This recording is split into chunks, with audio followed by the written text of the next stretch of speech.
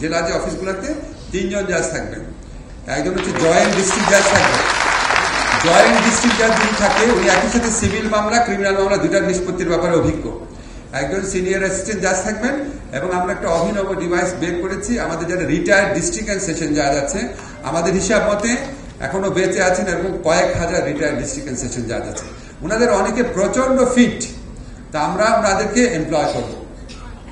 এটা যদি আমরা করতে পারি তাহলে প্রত্যেকটা জেলা লিগাল এইড সংস্থাতে 3 জন আইনজীবী আর 3 জন আইন কর্মকর্তা থাকবেন এবং তাদের মধ্যে একজন হচ্ছেন রিটায়ার্ড ডিস্ট্রিক্ট অ্যান্ড সেশন জাজ।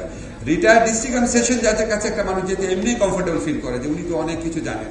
তো আমরা ক্রমান্বয়ে আরো বাড়ানোর চেষ্টা করব এবং আমরা খুবই কনফিডেন্ট আগামী 6 মাসের মধ্যে আমরা জাতীয় আইনগত সেবা প্রদানকারী সংস্থাকে এমন একটা পর্যায়ে উন্নীত করব যেখানে অন্তত 1 লক্ষ মামলার নিষ্পত্তি হবে, অন্তত 2 লক্ষ মামলা আমরা সেখানে নিষ্পত্তি করার ব্যবস্থা করব।